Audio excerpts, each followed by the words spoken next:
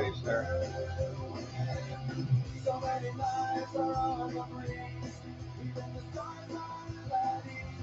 Yeah.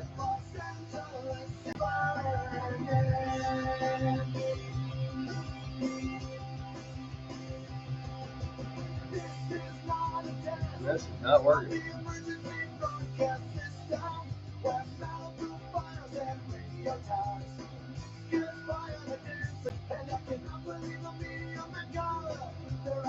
Oh, that works just fine.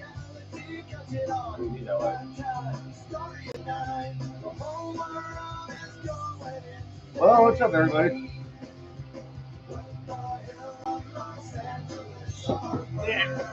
Damn it.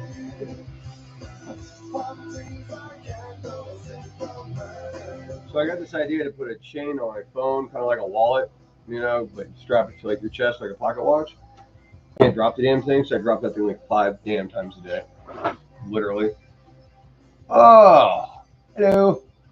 So after skatepark run last night and everything else, we've got some shit to fix. This is Clara's truck, brand new 6S V6 Notorious. She's got a busted hinge pin out the back, so rear suspension's all wonked. We got a bent C block, that's why that pin came out. So we're gonna do a pin conversion on the lower control arms. We're gonna do C block repair and/or modification. Not sure yet. Front diff is starting to skip on this thing, so we're gonna check that out, see what's going on up there, and that's it for this car. And we got my stunt truck. I blew a rear drive shaft on, and I mean the rear center. I've never blown a center drive shaft before. It's coming down to nitpicking on these things because we've upgraded, well, not upgraded, but modified and tightened up everything so much that nothing breaks on them for the most part. But every once in a while, it's some oddball part that we've never had a break on. So it's kind of weird. But anyway, and then let's see.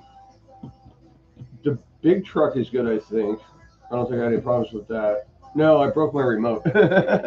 I caught my truck and my remote dropped, and I broke my remote, and I have a Phillips screwdriver on me. So, I mean, these don't have Phillips screws. So I didn't run that anymore. So that's okay, but I'll probably check it out. And then the GT needs some shock oil here and there. I need to go over it. It's had 2 tanks through it now. Sorry I didn't get break-in videos, but that's what happens sometimes. So let's get started on this guy. I'm going to just pull this rear end clean off it just to make it easier for everybody.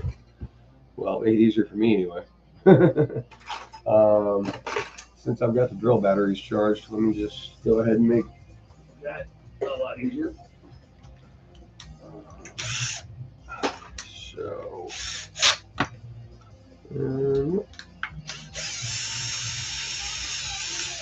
undo your lower chassis brace or your center chassis brace.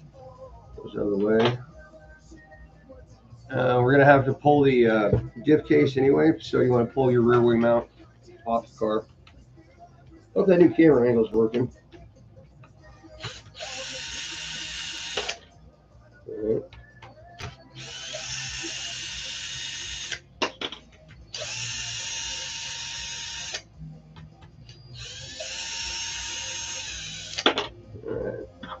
There's that. So, try to keep these screws together. Since this is the wife's car. And then final 4 bolts in the back of the diff, or the bulkhead.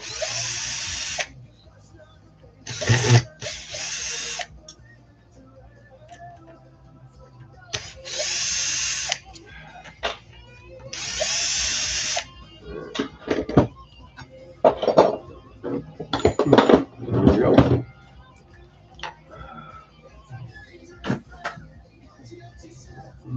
And there's rear end assembly essentially. Center drive shaft. Oh wow, look at that screw back out. You that ripped it out. Yeah, that's, there you go. Badly torn up right there. That's coming straight out of the block. So that camera is a lot farther away. Oh yeah, that's just, there it is, done. Yeah, I don't know if it, oh yeah, it tore some plastic out of it. It needs a longer screw, that's why. That's why I always drill mine out and tap them, longer screws. You don't have to tap them actually. When you run the screw in, they'll make their own threads as long as the first ones aren't stripped out. That's what happened there. So That pin is straight, thank God. This plate is not going to be, I can guarantee you that. Yeah, that's tacoed, as you could say. So that's steel though, so we're probably just going to straighten that out. In fact, I might just put it in backwards and tighten it up. To be honest with you. It's just going to flatten itself out anyway. Alright, so this side drive shaft. I think I got the other one in the bag. Ooh, that is not happy. Okay, here we go.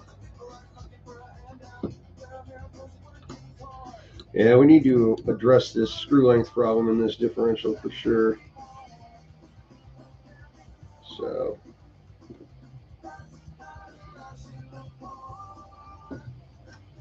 and like I said, this is a stock vehicle. The only things that have been changed on it, I've done a little bit of modification here and there. I think I put RPM control arms on the upper fronts because I had them laying around.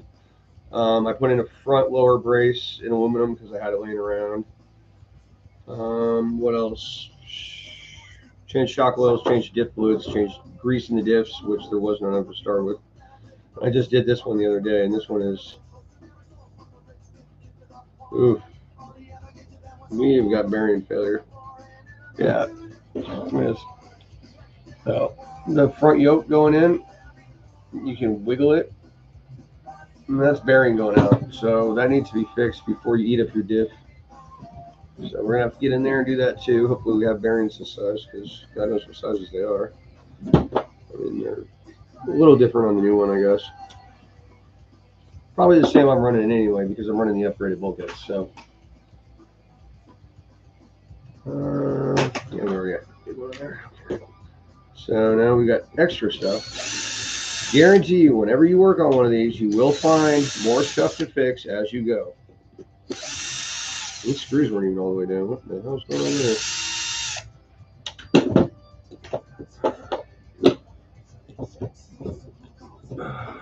So out with the diff gear. We're looking alright. It's got a little wear on it, but it's alright.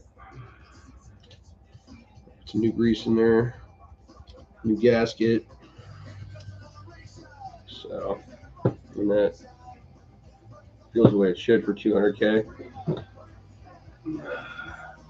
Yeah, so on the stock arrmas 6S, we changed, on the Notorious anyway, we changed the differential fluids to million in the middle.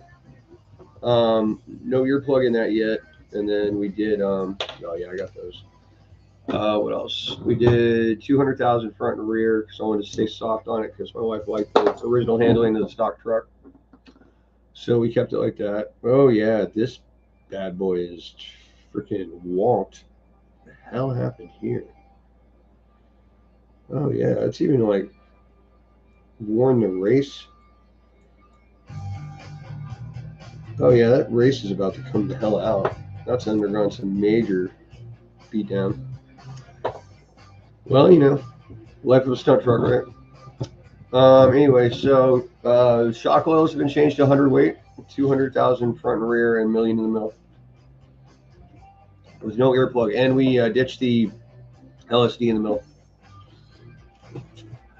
LSDs work, the Arrma ones, if you use a very light fluid. Because the fact that they're viscous, they have to have fluid transfer through the holes and all that stuff and all those little plates. And if that doesn't happen, it's not really doing its job. It's not functioning the way it's designed. So without fluid light enough to do that, you're kind of screwed. All right, let's see, we got some bearings here. We better have one of these diff inputs. I know I don't have a ton of those. Has to be inner diff bearing. Right, that's out drives. Shite.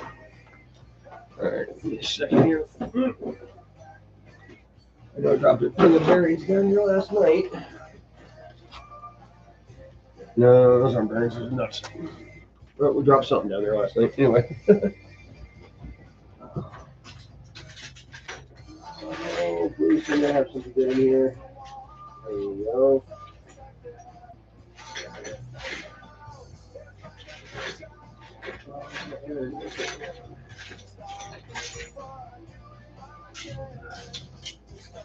Okay.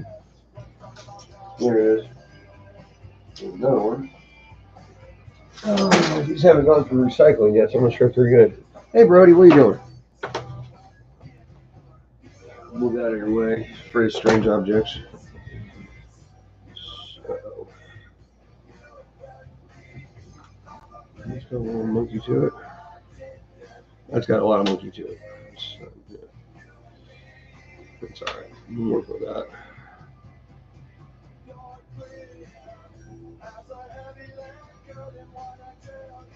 Mm.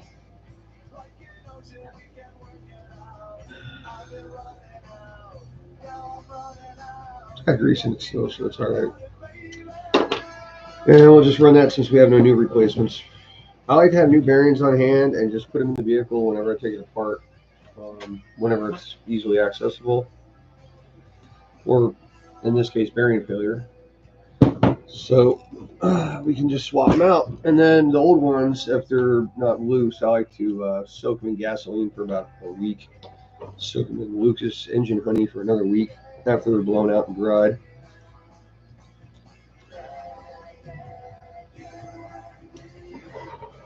But bearings for these are fairly cheap, so you really don't have to maintain them. You can just replace them whenever needed. It's up to you. That's pretty good. Hopefully our shimming will still be right, because now we're taking out the play of the bearing as well. It's got enough left now on it still. Oh yeah, didn't smooth. Was there different there? Upon the altar, you and me.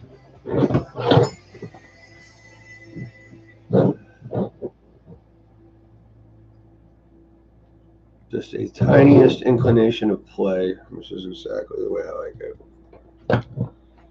Alright, so let's see what we got going on here with these nuts and bolts, so to speak.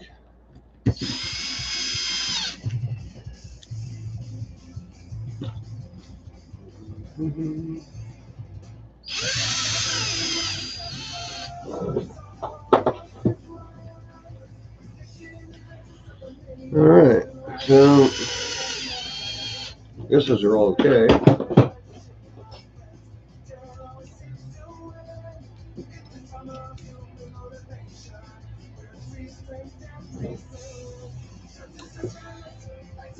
Okay. This one has no threads. So, do I actually have the bit I need to extend those? I don't think I do. A tiny friggin' drill bit.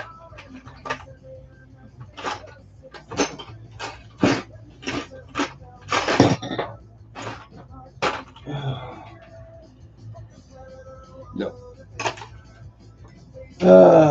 Right, okay, so how much room is in there? You want to measure the depth of a hole you're trying to put a screw in? Just stick an Allen wrench down in there. See, that's got a lot more room actually than that screw does. I can put a couple more threads in there. Just get the next size screw up and we'll go with that for now. Which probably don't have one around, but I do have it here.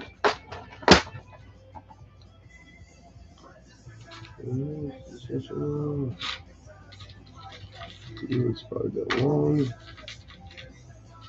Right. Same length. Because we're going to need these for the back anyway.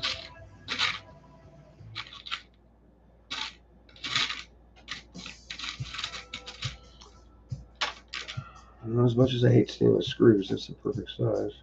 I'm just going to go back in there.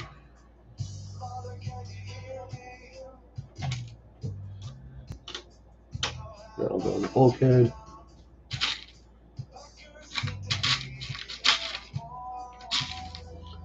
Okay, so whenever you take something apart on one of these new, you always want to use the longest possible screws you can in order to ensure it stays together. Because if you're actually using one of these to its potential, you are putting a lot of stress on the vehicle, which is fine. That's what they're built for. But you know, with action comes opposite action, reaction. So if you beat the hell out of them, they're gonna wear. Oh, Oh God, it was a tire. I thought I just kicked my dog. All right, so now with the cover on, it's a little snugger. Definitely taking any leftover grease out of the gear valleys, but that's good. I like that. If you can turn it by hand on this side, it might be a little snug, but usually if you have just a tiny bit of lash before you put the case on, or the cover on the case, then once you put the cover on, it'll be where you want it. Right about zero mesh, but not binding, which is hard to do, but a little bit of practice, anybody can do it. Took me a couple years to tell you the truth. Where's those gaskets at there? Your part number if you ever need it for your Arrma freaking case gaskets.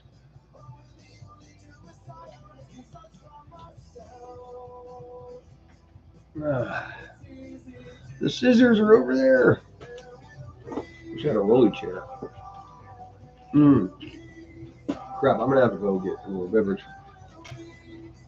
You guys might have to hang out with me just a second after I get these scissors. All right.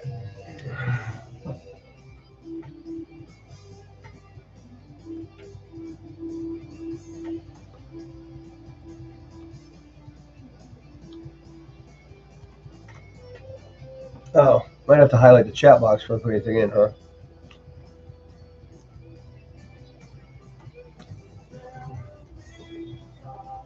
If that works. Right.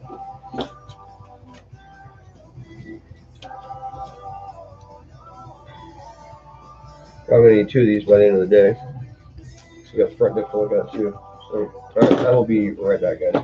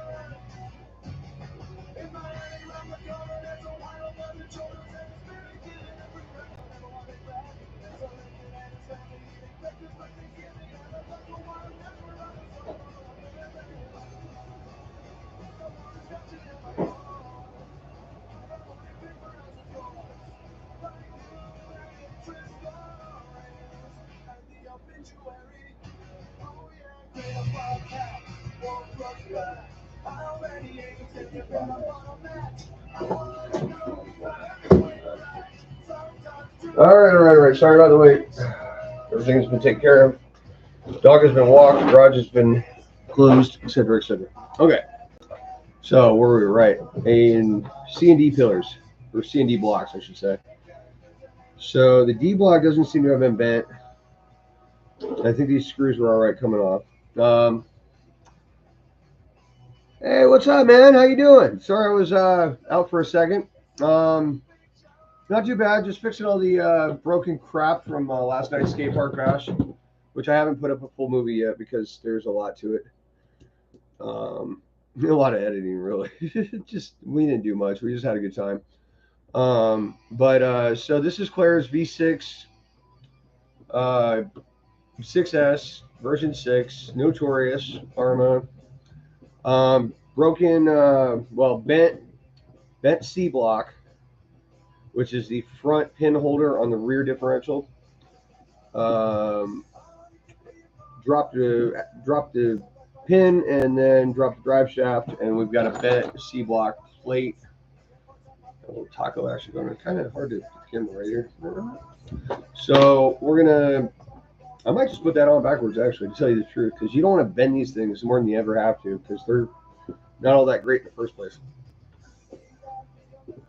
But that's what we're going to do for now. But we are going to do my pin conversion on these. We're going to brass sleeve the arms. That's one of my new things that we're doing. That's working out pretty damn good so far. One of my new modifications. So that's going to be our next step now that we got our diff back together. But we need to get her axle out of the bag from last night. How are you doing, brother? How's your Sunday going? Can't be that great if you're watching my dumb ass. Just saying. All right. Axle pin. Shit.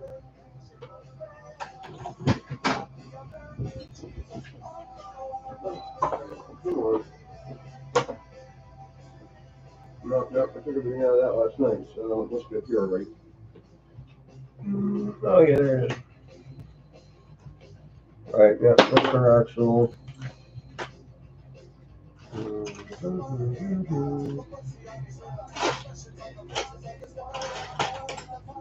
And where in the hell is her inch?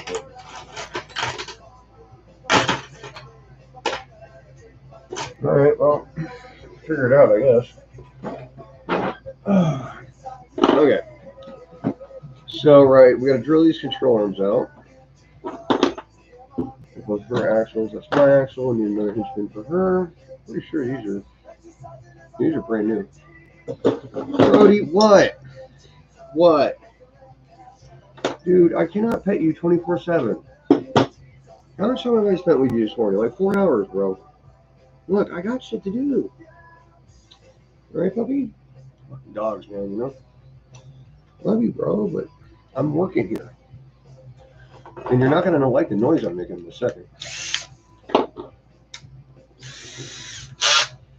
So, control arm.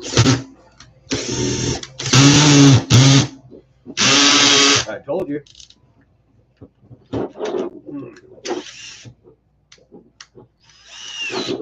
Wow.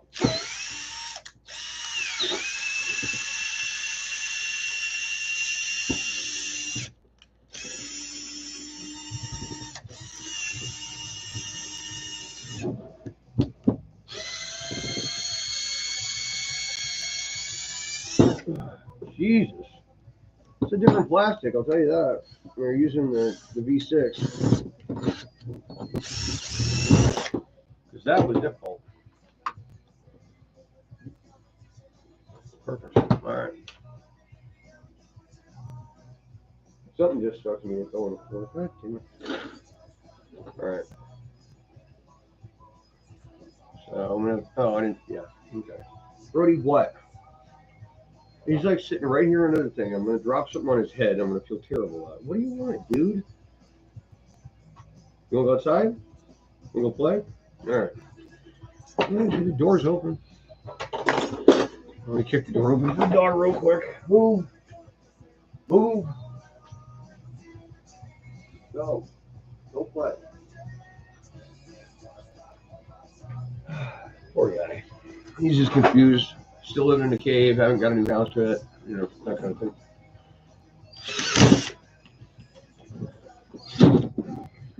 Really? Alright. Where's the other one? No. Okay. And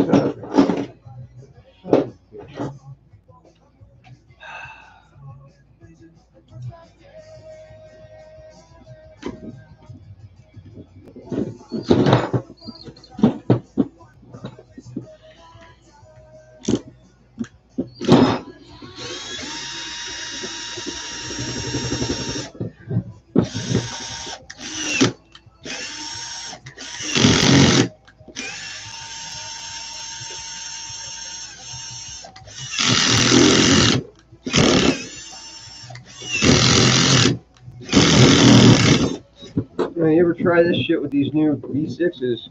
Bring your A game drill, I'll tell you that. Might even want to put that bitch in a vise.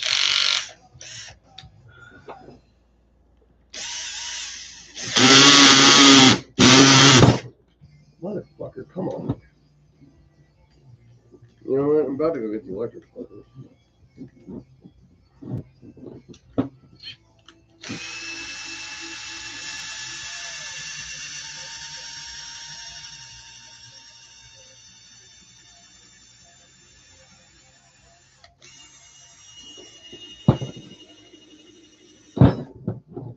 Yeah, I'm about done with this shit. Next time you can get some RPM arms, I'll modify those.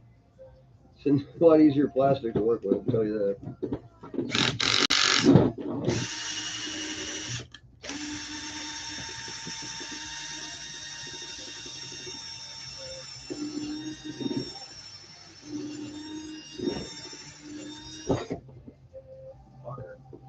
These things are not meant to be drilled.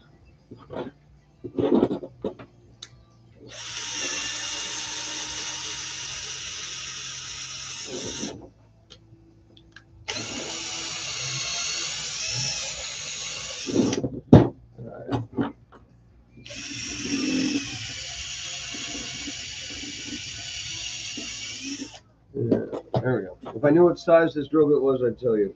I honestly do not. Okay. We got a run in here or what?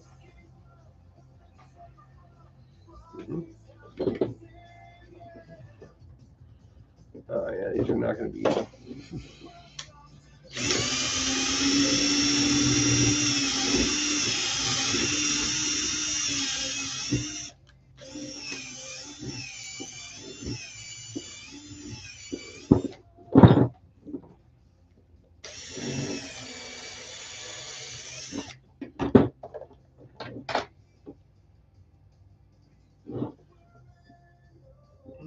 Wow. Okay. So these are just going to suck all around. Yeah. Get a different drill bit for these goddamn things. Okay, come on. Really? Just pipe up, I guess. Yep, there we go. So this modification is generally performed with RPM control arms that we run on the 5 series. However,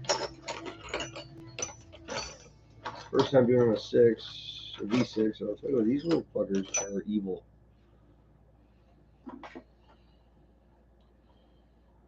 This seems a little overkill, but wait.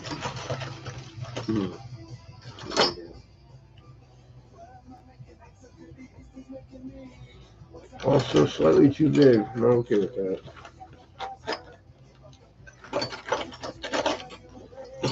Unfortunately, this is the hodgepodge I get to dig through. There's the one I wanted. That's the one I've been looking for. Yep, perfect. That's how I got down there.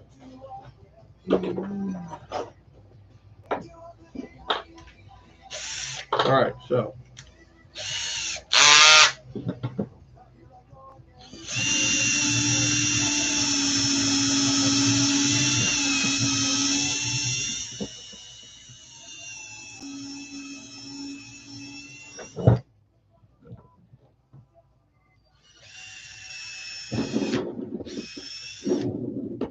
At this point, it's either going to work or it's not. So I'm just going to cut a couple pieces off so I can actually probably chop them in.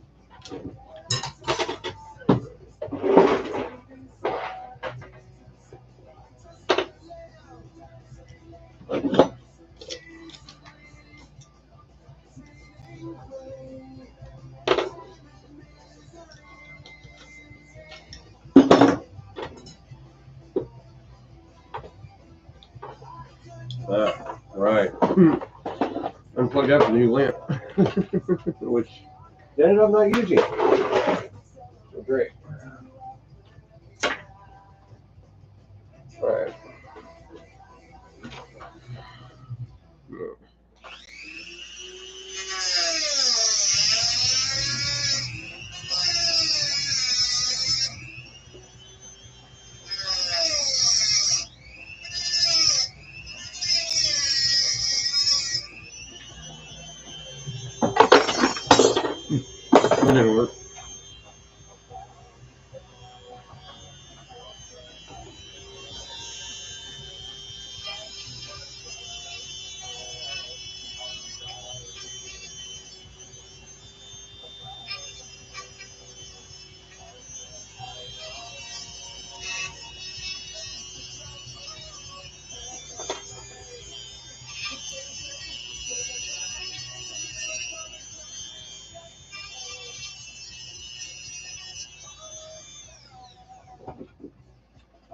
So you just kind of chamfer the ends, make sure they go in nicely. Hopefully they do.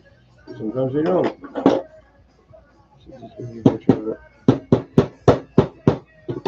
That seems like it might be.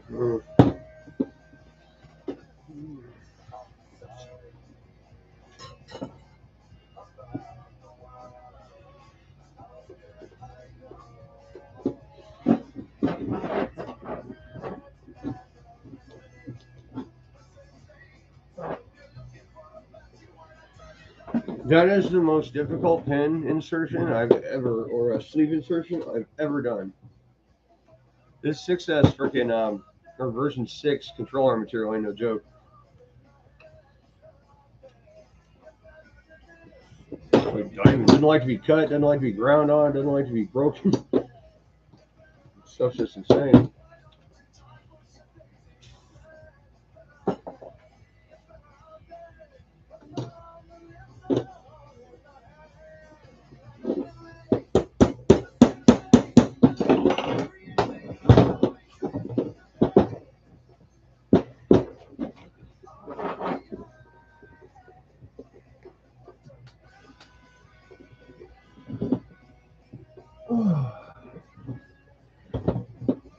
That's a little more normal.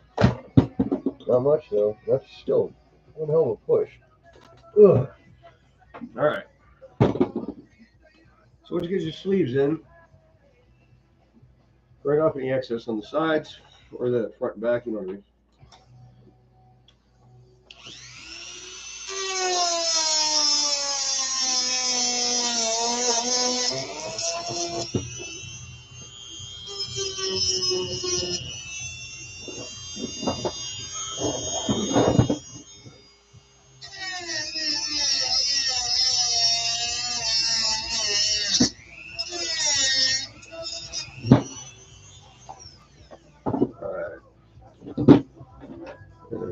If you got a reamer, probably work better than scissors, but I got what I got at the moment.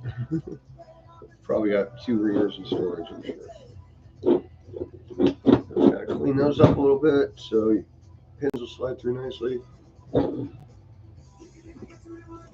don't even think this is necessary to reinforce these damn things, but whatever. Yeah, it's a little bit tight now.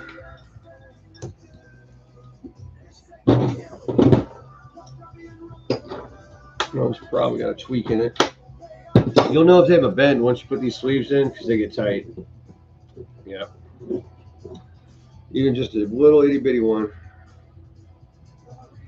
Yeah, that one's tweaked. This one's not. Let's see if I can get her a new one. If we have any left.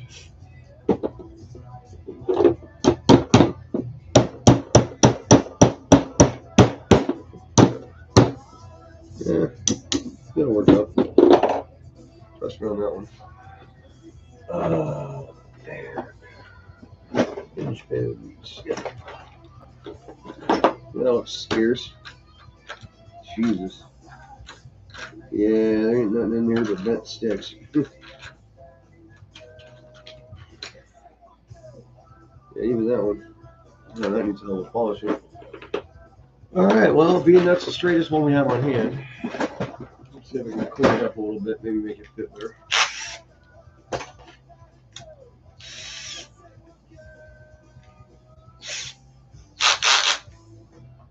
Where is my input? Yes.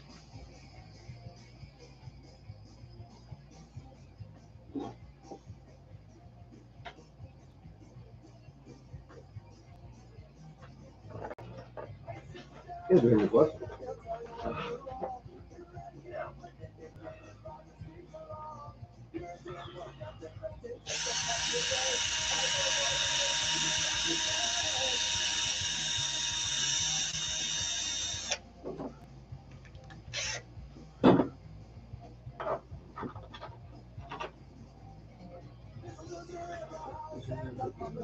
There we go. That's much better. It's only a couple of thousandths of an inch you're dealing with, so when you polish those shafts, they actually do make a difference. All right, now usually this does not work, but we're gonna try it. Trying to get this all together. one time.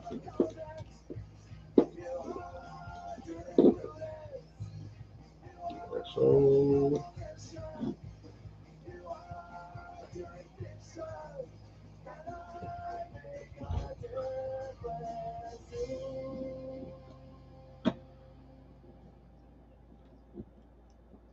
Okay. There we go. Okay, it did work out. Cool. Alright, so like I said with this one, I think I'm just going to put this on bent the way it is, bent the other way, because every time you bend it, you weaken it. So what I'd like to do is put another plate over the top of that and then put this cover on it, but I don't have one. So, but one of the screws on this thing was pulled through. Okay. You be a bastard all you want. I'm going to pull you down, you plastic. So we need to figure out how much depth we have in these screw holes.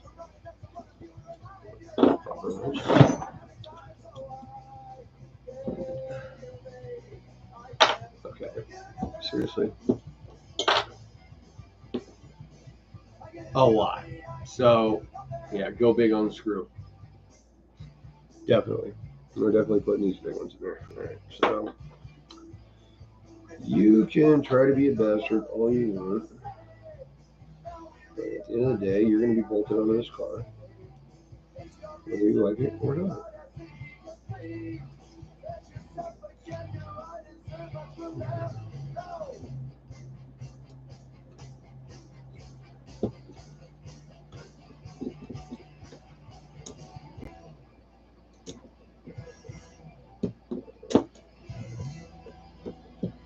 All right, now let's get that one in there, and we'll find the other one. Talking that out.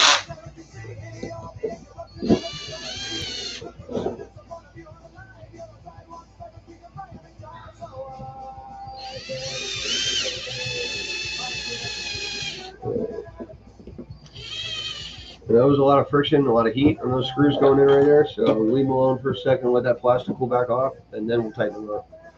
And that way we know that they're not going to, well, we hope they're not going to strip. That shock tower's bent just a wee bit too, isn't it? Look at that. I don't know if you guys can see that. It's got a little tweak on the one side. Broke a body mount too, I just found that. So that should be enough. So we'll get these getting snug, not rolled.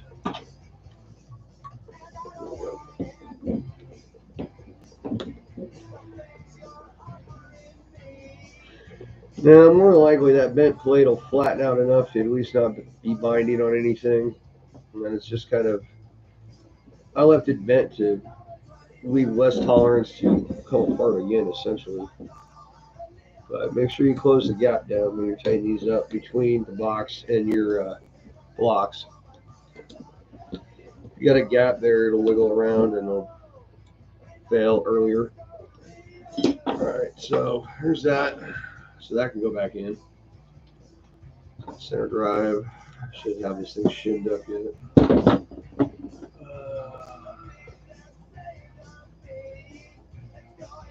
Yeah. Where's it going anyway?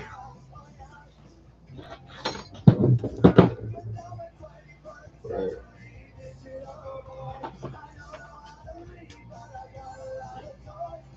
Old grease off the frame there. Chassis, whatever they call it.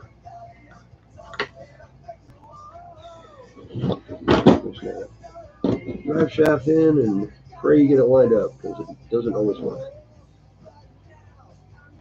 There we go. Just flip it over, line it up. Skid plate in this case.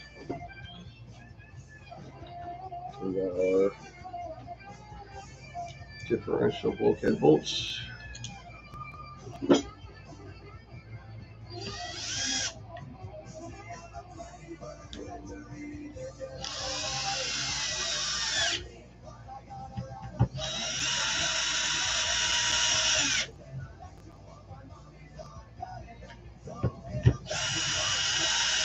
Oh, you know what I forgot is the gasket.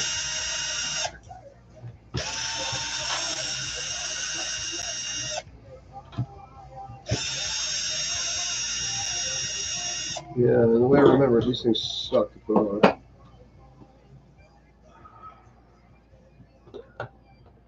So, let's see, yeah, back bolts. Or no, it's just forward fronts.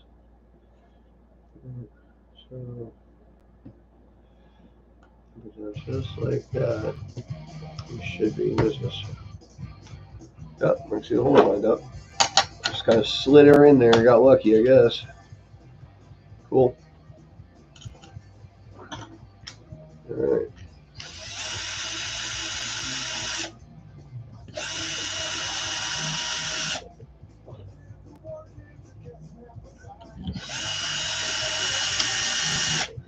Yeah, with these V6s, we've had nothing but success, I'll tell you. Between my wife Claire's and Alan's, I mean, this is the first time we broke one, and it's been a couple months. That's pretty impressive. So, there you go. Hey, Cool Spawn, what's up, buddy? How you been, man? How's stuff treating you?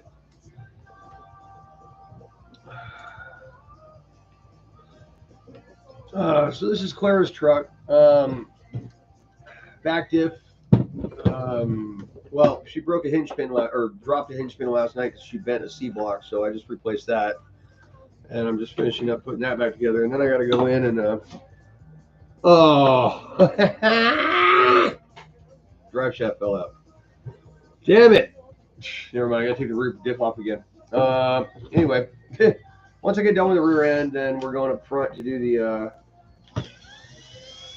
front differential. Is starting to click, so we're gonna see what's going on there. And then I got I sheared an axle pin on my truck on the rear center drive shaft. I got to change. I'm actually changing the pins in the drive shafts now, so it's pretty cool to see. It's really easy to do, and the tool to do it costs $10. I'll show you in a second, or a minute, whatever. Then I got my RC10GT. I got to prep that for going out and running today. I got to redo the shocks and check all the alignment angles and make sure everything's all good. It's got a second tank of fuel through it so far, but I haven't had a person there to film, so hopefully today I will. As my roommate, Nick, as you guys know him, that is his name, so he is here. I'm going to get him to hold a camera for a minute, because he's not terrible at it. Yesterday, I couldn't find anybody to help me that wasn't terrible at holding the camera, so I just said screw it. And you know, with a brand new car, you're not going to wait to go drive it. No, you have to drive it now because it's brand new and you want to drive it just a toy. So I went and drove the damn thing because I just didn't have anybody to film. Sorry. Son of a monkey fucking hamster eater. All right. Somewhere between the rear brace being in the way and this thing pissing me off.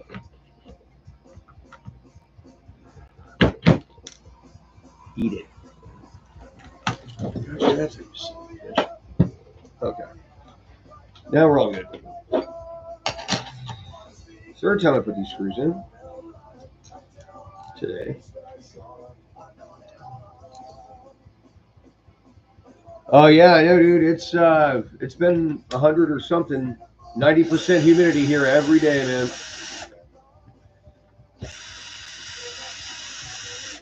I drink the equivalent of a large Gatorade bottle before I go to work, and throughout the day,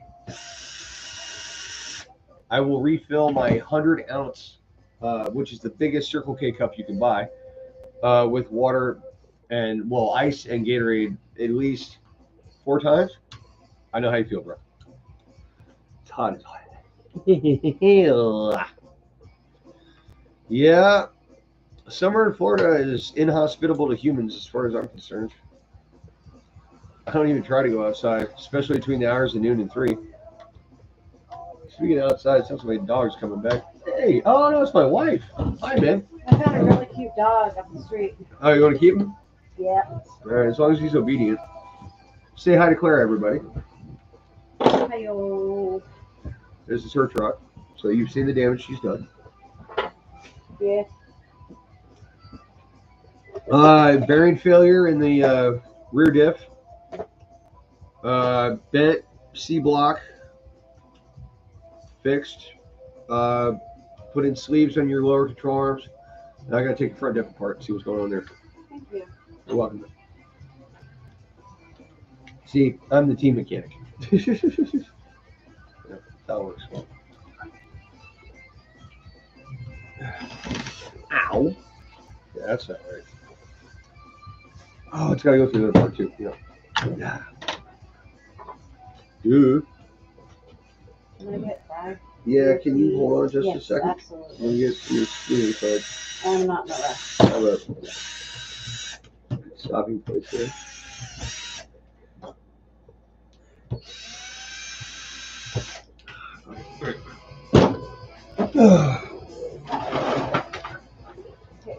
Go, bro. Let's go. This is what life is like when you live in a cave. Very cavish. Because your asshole landlord decided to have a moron who I wouldn't trust with a potato gun replumb and rewire the house and burn it down. Allegedly! Allegedly. Are you wearing the shirt? Yes, I am. Awesome. You're nothing alleged about that shit. You bent your rear shock tower. You broke one of your front body mounts off the truck, not the body. Lies and slander. Excuse me? Missing piece? In fact, that is the piece. That was awesome. I did a good job. Right. So get this wing mount finished to move up to the front deck.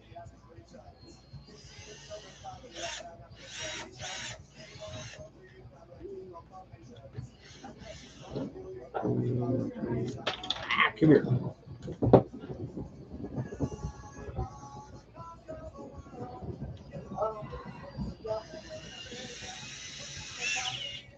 Are you done for the day? Yeah. You want to put the race on? Sure. Well, give me a minute. I'll find the last two screws for this thing.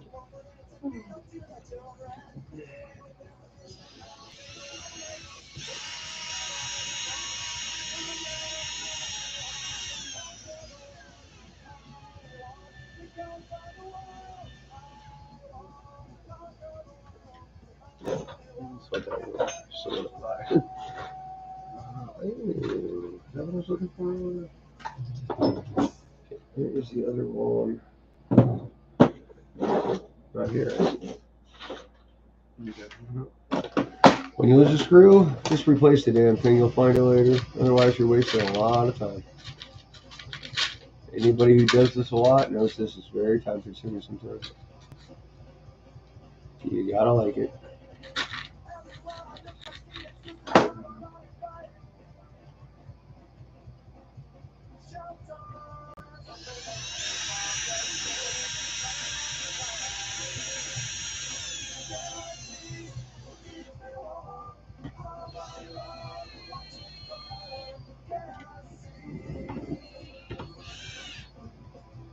Alright, that's back in.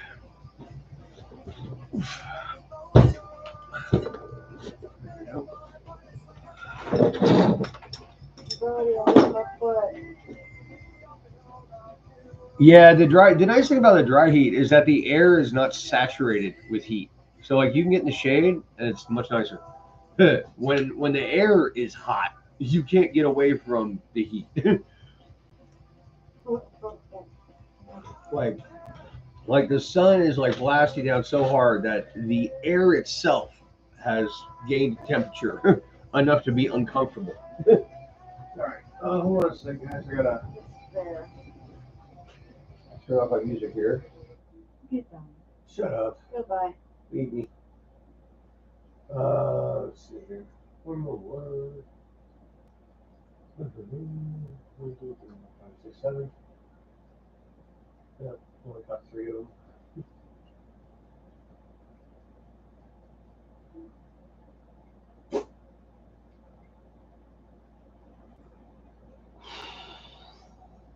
I woke up on like lap 30 and then turned it off. I saw some people out, but I didn't see exactly what. I don't want to know nothing. I'm not telling you nothing.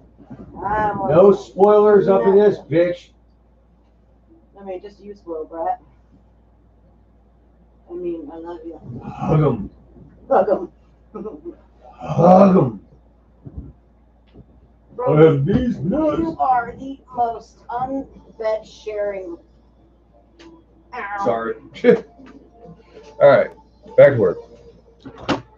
So, right, pull the front diff. We need to undo the bottom of the shocks, and at least pull the bumper spring. But we got to pull the bumper anyway because it's falling off of the back. Smaller bit. Those. That's it. My Canadian RC 96 bumper spring.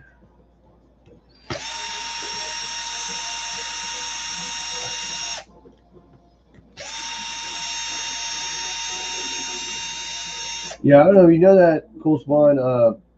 Canadian RC makes these things. Dude, the bumper springs. It makes the roof skids that we use.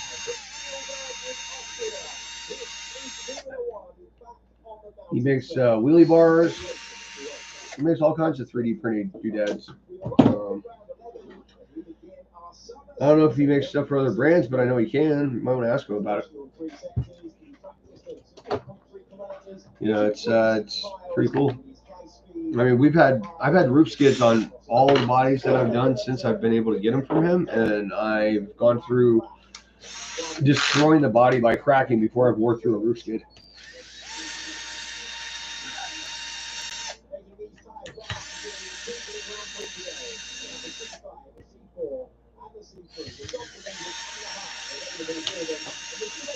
All right. Ooh, loose bolts. Good.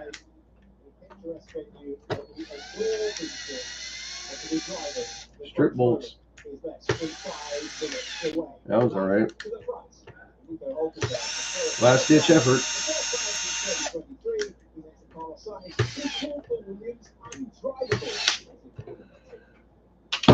Another mod I usually do is drill holes in the bottom of the bumper where they cover over your bolts for your bulkhead, so you can actually get in there and check them to make sure they're tight in between runs, or battery in between 10 batteries, whatever you want to do. But unfortunately, I've been waiting for her to get rid of this Notorious bumper with Super Bash on it, so I didn't get around to it.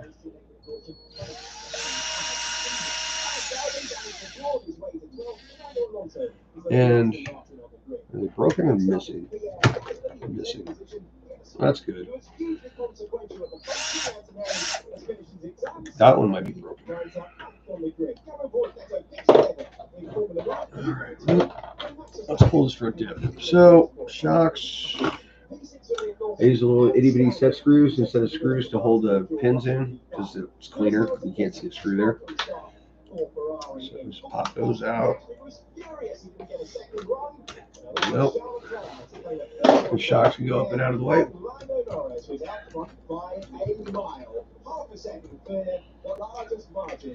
And pull the diff cover.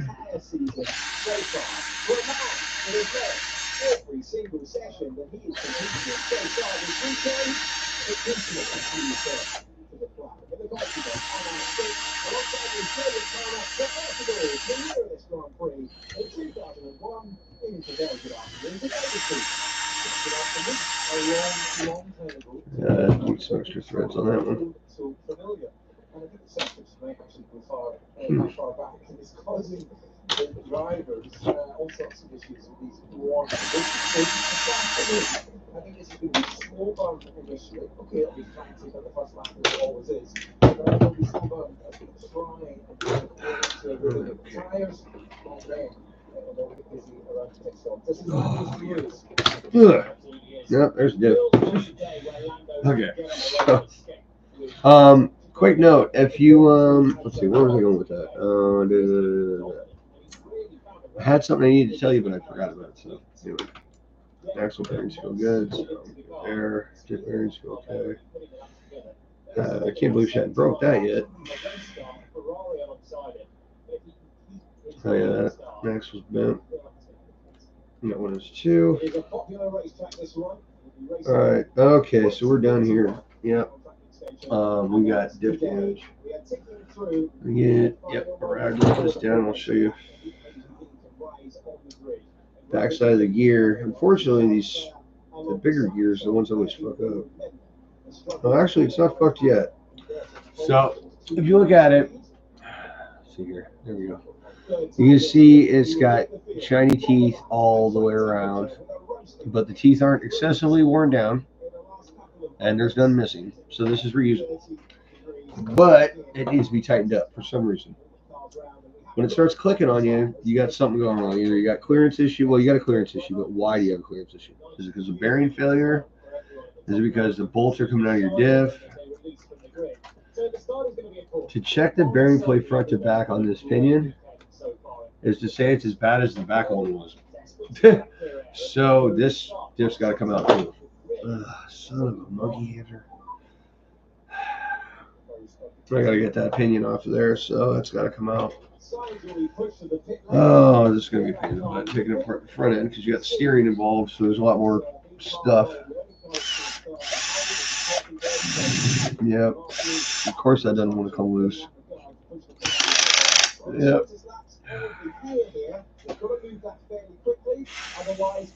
Alright, well, let's see if we can finagle the bagel on this one. I'm going to take out this upper control arm here. In fact, I got to take them both out anyway to get the axles back in.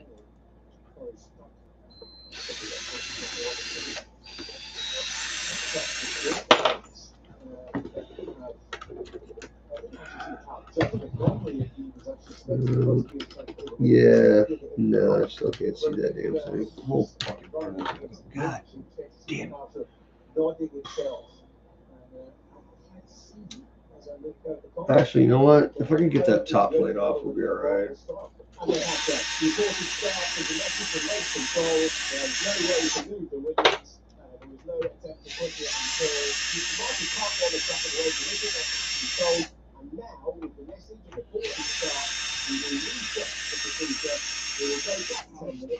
But in order to do that, I gotta get one of these spinning bolts to stop spinning.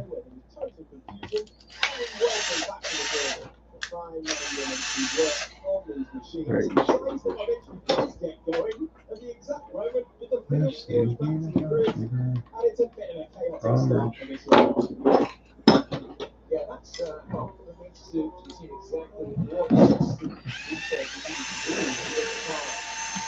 And the bottom one comes out. Good for you.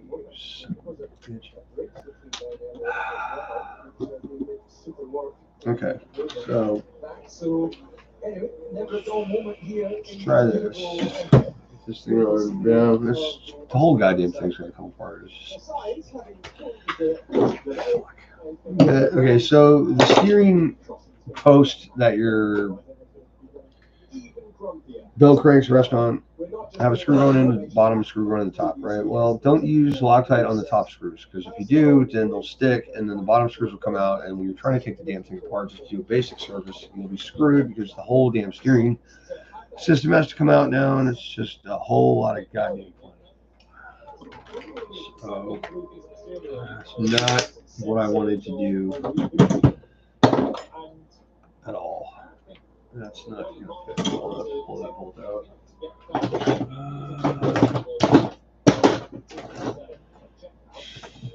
Right.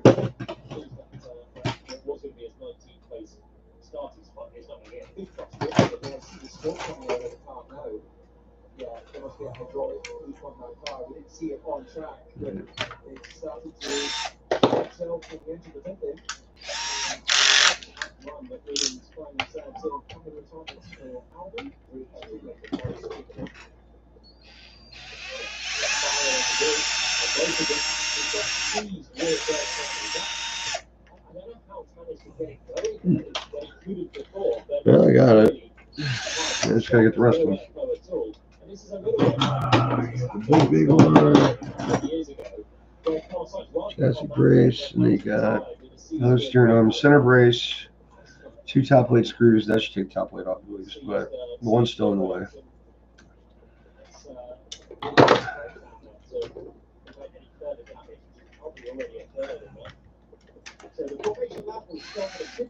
You're kidding me, right? No, that screw is completely fucked. You have to ask yourself this question: how much do I like my life? Fuck.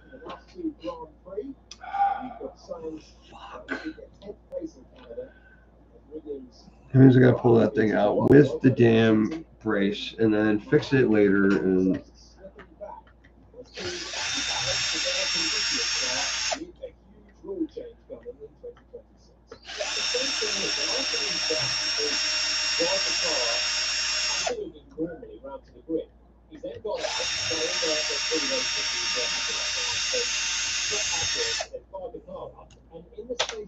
so you don't ever reuse half strip screws. If you got a screw that's got any kind of problem in the head whatsoever, replace the son of a bitch. Because you will have a big problem if you don't like this.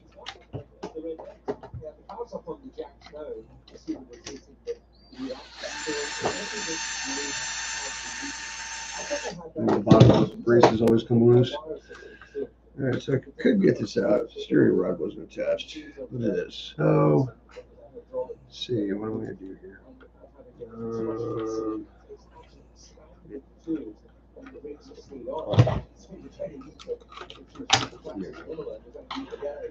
Right, so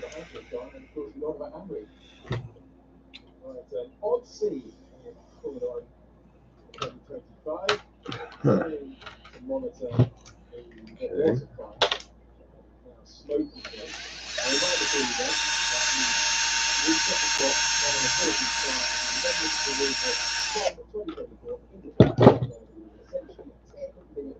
Jesus, come on, get out. Alright, honestly, this car's getting very frustrating. Yep.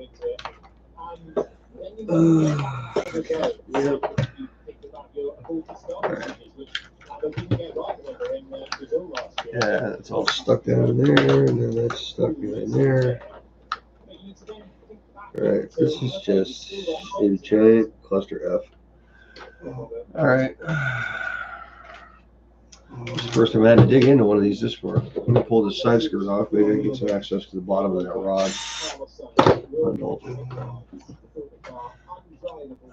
So, right, stuck steering rod, steering standoff, steering post, whatever the fuck.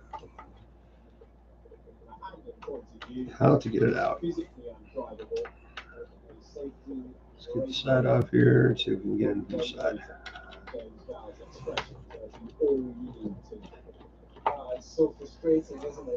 Right, so put that on there. Okay, so now we have access to the bottom of the steering shaft. We can get a small pair of pliers or something in there and hold that bad boy or something. Maybe get a, I don't know, nut driver or some shit. Crap out of the way. Oh, look at that.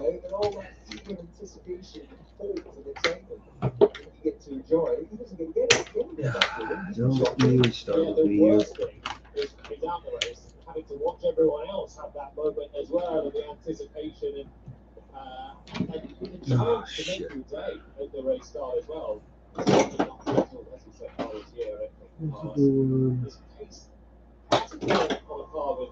damn it. Far away overall. That thing's got a rounded edge on it. Nobody makes drivers that actually last that I've seen, so it's like trying to find your good sharp one when you've got a problem. But everything is being paid in my ass. Story of my life. Oh, wait a second. I'm gonna need that. Yeah. Put that this way up. Let's check. So if I can just grab the bottom of the steering, or either the steering standoff, and just, yes, there you have it. All right, so that's how you get that all out. And I'll show you. Well, you know the steering rod looks like, so don't put Loctite on your upper steering screws, only your lower ones. Two tracks now, we thought they could go. Thought they could watch Grand Prix. In the air conditioning commentary box, in the production office, no chaps. Let's get your thoughts from the paddock. Alright, so now that'll reassemble the steering. Just, I gotta get that screw out of the brace right there and then put the top plate back on, and then we should be all good after that.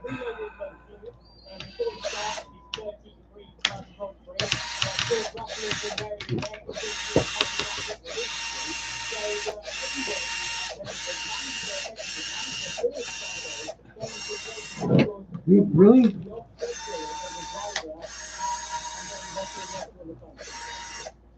That's just right. Another damn screw doesn't want to go to it starts, but this is getting more difficult. I'm just trying to fix the front diff. I mean, really, now you have all this bullshit.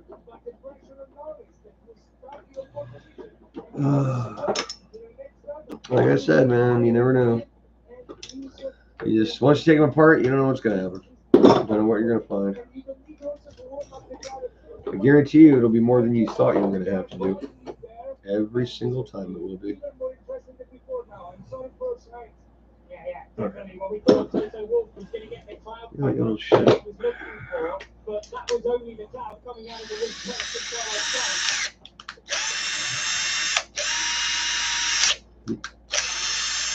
Ain't that screwing out, don't you?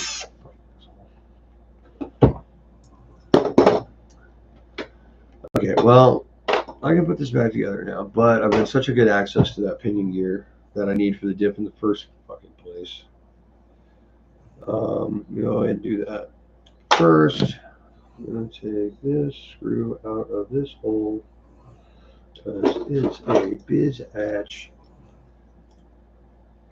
Yep. Okay. So it's just a motor. You only had one sense, and that was the sense of smell. You know exactly what's gone wrong. A cloud flew over the Need to find something that kind of turns it. I'm gonna get it real freaking hot. See if it will come out.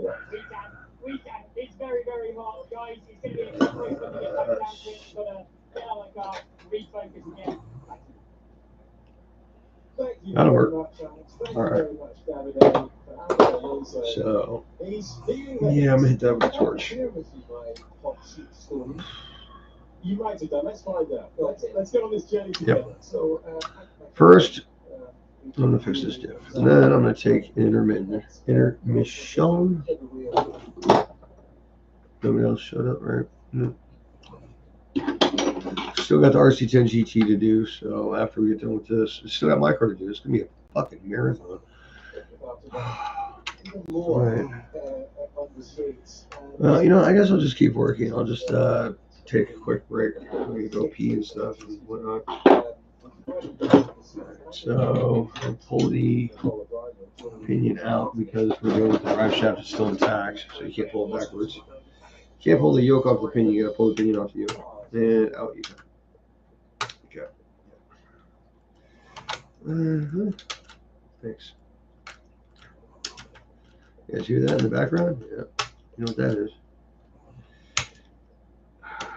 That is laziness.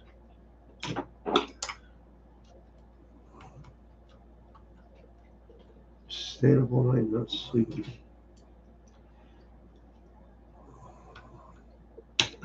Come on. All right. Sure. Can you do that? Can you do that? I'm gonna whip you the fuck out of there. You like it. Seriously. I'm about to pull the whole goddamn thing out of the car. You know what? Fuck it. What the hell? Oh, right, I'm pointing for the Dremel. Just trying to see if there's a way to grab this goddamn thing. Fucking pinion will come out. Yep, need a break. Might as well pull the diff out at this point. All right, so I'm just gonna. Well, I guess you can't pause the damn live stream, so I don't know what the hell to do. I mean, I'm gonna keep going, but I don't want to write the shit out again because I hate doing that. So Yeah, I guess we'll just have to take a break.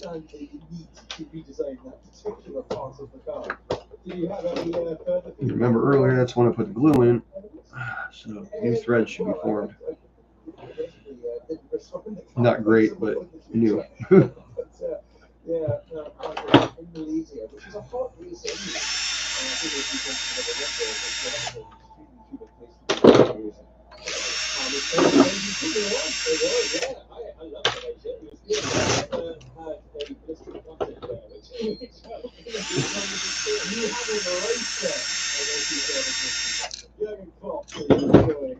Semester screws, there they go.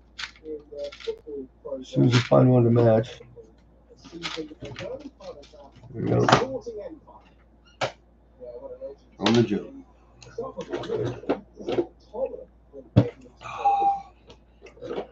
Boy, was that fun.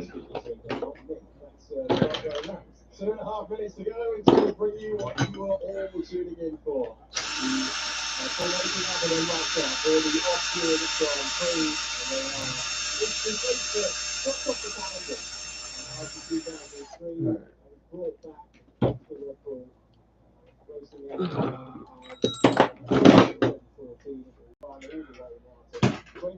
2041. So, what in the hell is going on? For a while, when the crowd had made their way in, non-stop, so many fans on the hill as well. That was pretty roughed up. Let's see. I think the same problem we had in the back end. We might be onto something here. Common failure.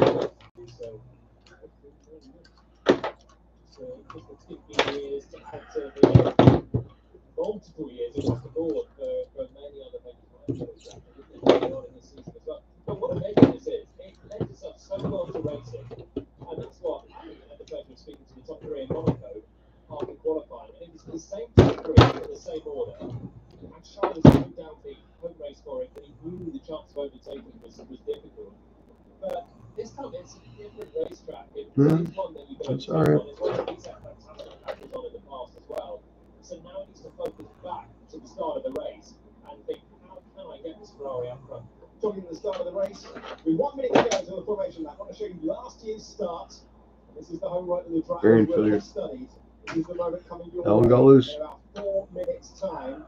The lights rains out. There's Max on pole. Alright, so we're going to just work on this one, get this right. It's a short run. Shimmy here, that's right. Short run, and it punches up at the first corner. Alright. So here's something, if there's actually anybody there. No, there isn't. Alright. So, if you've seen any of my other videos, differentials need to be shimmed, and you shim from the inside. But when I put these together, if I put a shim in them, they were too tight. Then after being run for 5 batteries, now they're too loose. So that's going to tell you something. There is a break-in period on these gears and shit. You got to run them and then take them apart and reshim them. I don't know what the time is or what, but it's definitely a thing.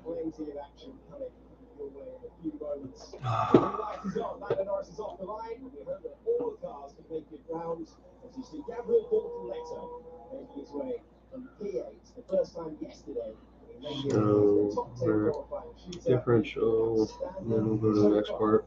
This weekend, last car off the line is meant to be Hulkenberg, and he does eventually get going.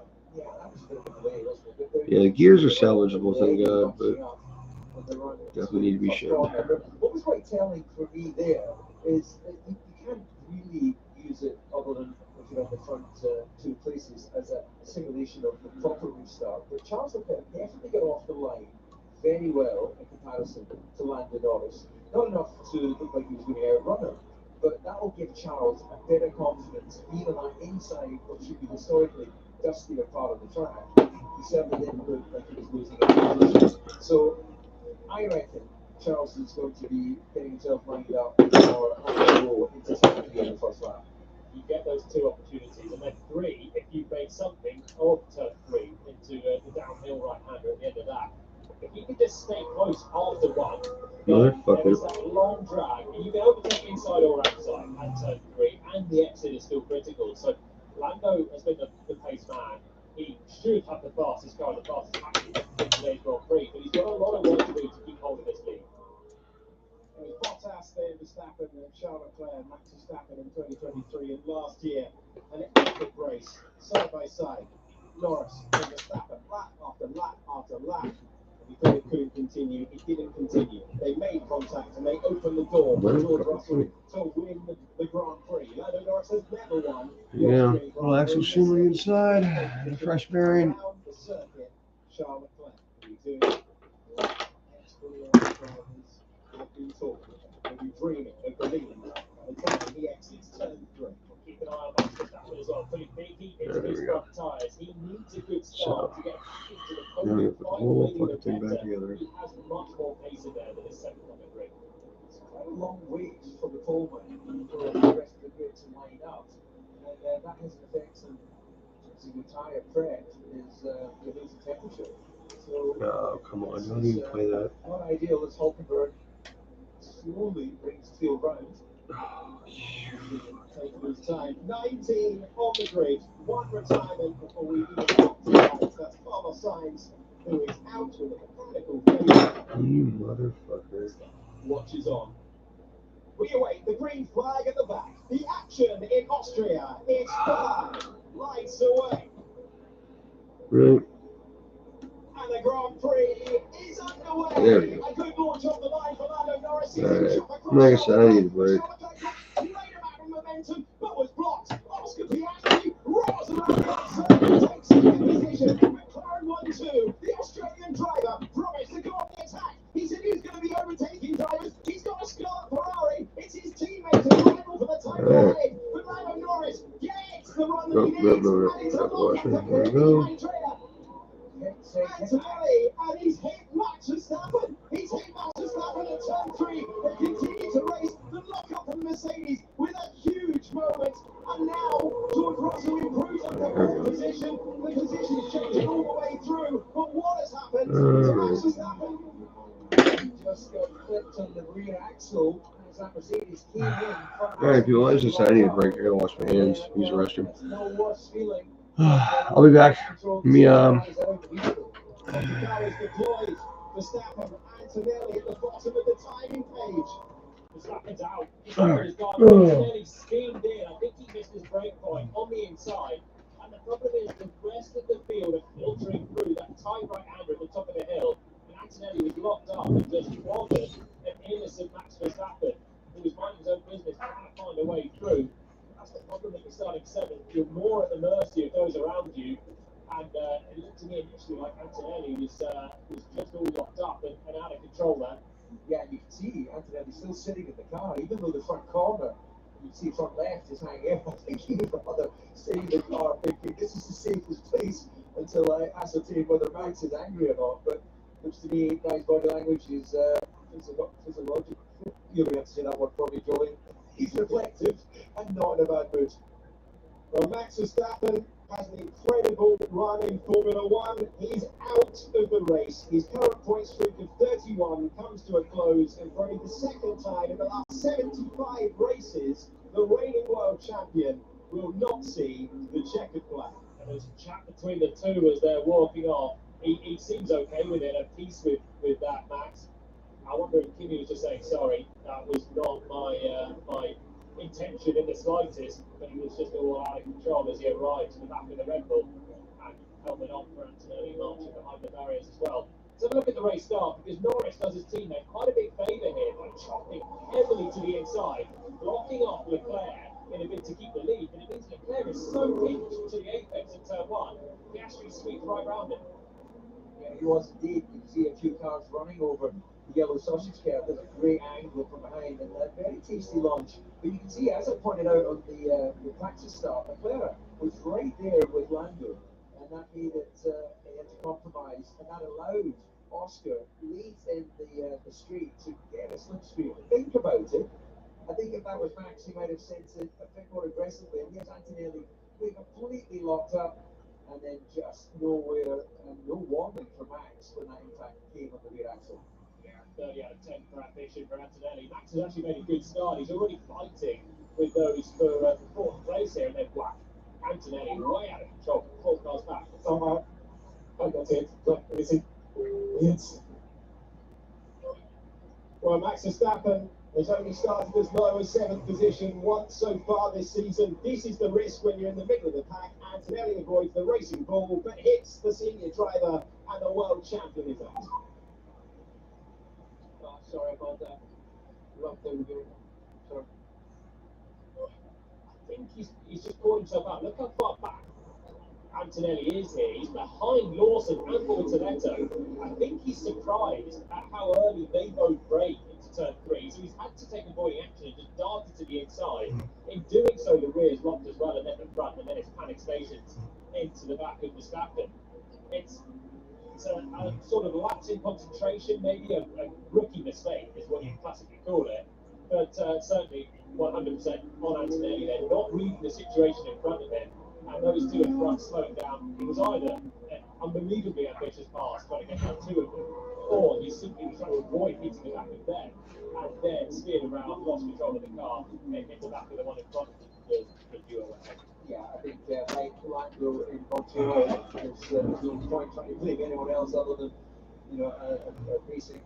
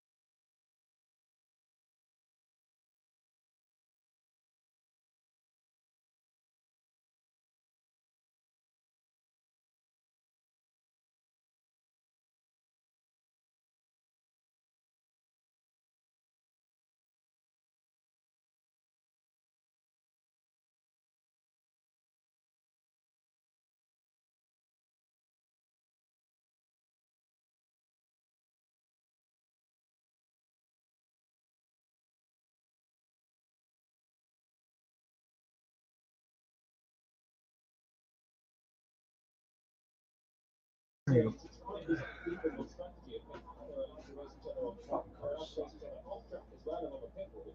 And something else we can just get off those tyres a little better and think about doing the different strategy. Oliver Behrman, the latest driver to go past Gasly, who is trying the up and under.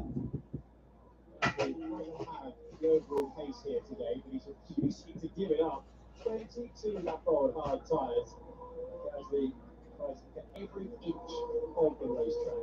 So story of the Grand Prix so far, as Gasly lights up those rear tyres, is a visual illustration of the lack of grip that he's got. Is Sainz had brakes that seized and caught fire. He retired before the lights. Andrea Kimi Antonelli avoided a racing ball, hit the red ball of Max Verstappen. Taking something more minutes for zero. I don't know what's more, I don't know what's more. Yeah, stick with it, please. Gasly continues the negative feedback for the handling, similar to what we heard from Carlos Sainz yesterday. Alex Albon retired as well. The second Williams went. We saw a thrilling battle in the opening 20 laps between the McLarens, running so much of that opening stint.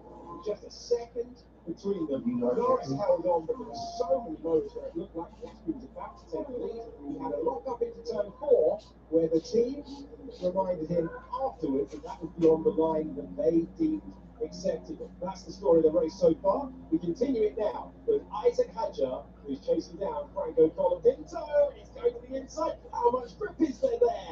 Enough for him to get by. We just don't know. In the support races, it's been incident after incident after incident that Hadjar had a car's whip into. Yeah, lead racing from the board, but it looked like it was a thought, and then he was like, it's not on, and then as an afterthought, he's down the inside, but Colapinto aware, probably hyper aware actually, following that contact with Sonoda earlier. You can imagine, he had a bit of a smashing time at Williams. He just wants to be bringing the car home. As he's doing the same in the other Alpine as well at the moment. As he's actually on crashing tyres in there, but he's just swapped it. And striking, so it looks like well, there's something broken as Alpine getting such a visual thing. You can see the thought process playing out live, couldn't you, with Hadjar there up towards turn 3? So go outside, no, maybe inside, no, maybe not, I'll go on then. And finally makes the pass. Nice bit of racing between them. It was indeed, kept it clean. And then we just saw there landed on, hanging out over the curve with the exit turn 7. That's a big risk for him to be taking. So that rather suggests that he's running these tires as 9-7 last time for Piastri. He's just, as you said earlier, really just nibbling that gap down to 5.2. We're talking hundreds per lap at the moment. It's on average just sneaking down, but so 6.5 to 5.3, 13 laps now for Piastri. I'll go outside for a minute. What? No, I was smoking. Oh. He's had the measure of his teammate, but yet in that first stint, it was like he had lucked his way to pole, wasn't it? It was like he was on pole but didn't have the pace with the way that Oscar was just piling on the pressure.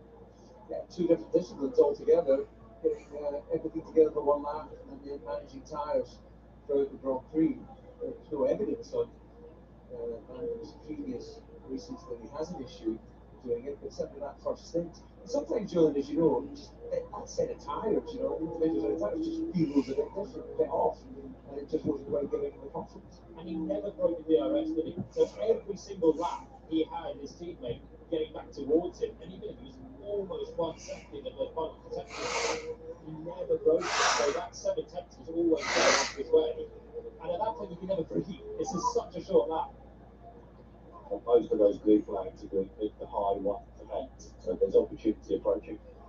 Yeah, and Piastri immediately responds with a lap half a second quicker than Lando Norris.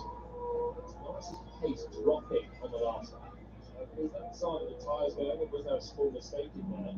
He hasn't yet brought the blue flags. It's going to be Stroll and Colapinto first. Sonoda already a lap down after his pit woes. On board with Liam Lawson as Pierre Gasly ventures back to the pits. 25 laps he ran on the white hard tyre. It's 1.4 seconds for the lead of the Grand Prix Grand Prix looks like it's going to start with fireworks at the beginning and the end in the battle for the lead. Norris's pace is now dropping. He's done a slower lap this time around. It's another half a second to Piastri. So maybe Lando was just giving it a bit too much to keep the gap where it was. And now Oscar's starting to reap the rewards of a bit of patience early on in this stint. And for good measure, Norris is catching this little battle. So Lance Stroll is in 13th, Franco Colapinto in 14th. Drivers we're looking at are mandated by the rule book to get out of the way by the blue flag for those ahead of the race. That is there. Let me ignore 3 of them.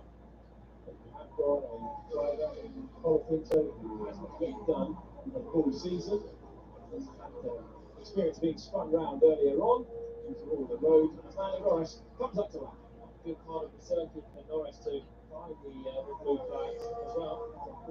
To let him through in 6 and 7. Colapinto should jump out of the way here, and he's going to come into the pits, which is even worse. That is worse, isn't it? Because he's got the right to take his apex, but he's doing it at much slower speed. So let's just see what the damage in the lap time. Oh wow. That is a hugely consequential moment because it's just a quirk of the racetrack. That's where you peel into the pit lane, you have to scrub up the speed. Franco Colapinto coming in after being passed by the Aston Martin, and it cost him the gap of 4.3 down to 3.3. Piastri is reeling in his rival Maintenace. Yeah, this is in a few laps' time going to get interesting. Quite, you know, 2, 3, 4 laps before we get some more traffic. Well, actually, it's sooner than that, isn't it? He's got the Aston right in front of him. Where you get the traffic is just completely random, of course. Yeah, 1 second he's been taking hundreds and hundreds, then half a second chunks, and then the full second there on lap 40 as Norris brought Colapinto going into the pits, and suddenly Piastri can now sense this is his time to go. And Norris will be able to look in the mirrors and see a flash of papaya there as well, and he'll know, oh no, it's back on, I've got to take some heat once again. Yeah, well, if this had been the colour of these cars back when I was racing, I wouldn't have known it was papaya. I would have just thought it was an orange car. But it's sort of